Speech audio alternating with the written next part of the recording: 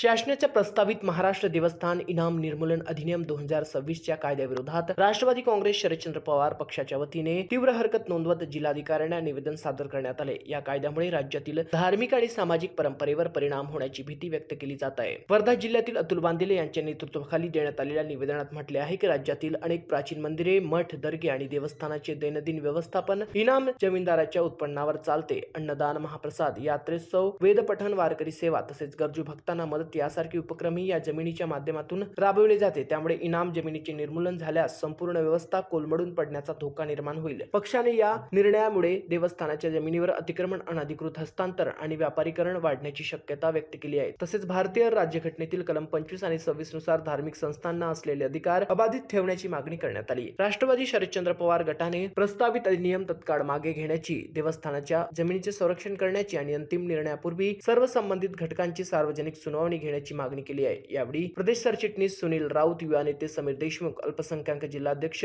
जावेद शेख, जिल्हा सरचिटणीस दशरथ ठाकरे, युवक प्रदेश संघटक संदीप किटे, युवा जिल्हाध्यक्ष प्रणय कदम, अमोल बोरकर, खलील खतीब, नगरसेवक मुन्ना झाडे, दिलीप आडपवार, सोहमसिंग ठाकूर, मिलिंद हिवलेकर यांच्यासह पदाधिकारी उपस्थित होते। महाराष्ट्र 24 करिता संतोष देशमुख, वर्धा।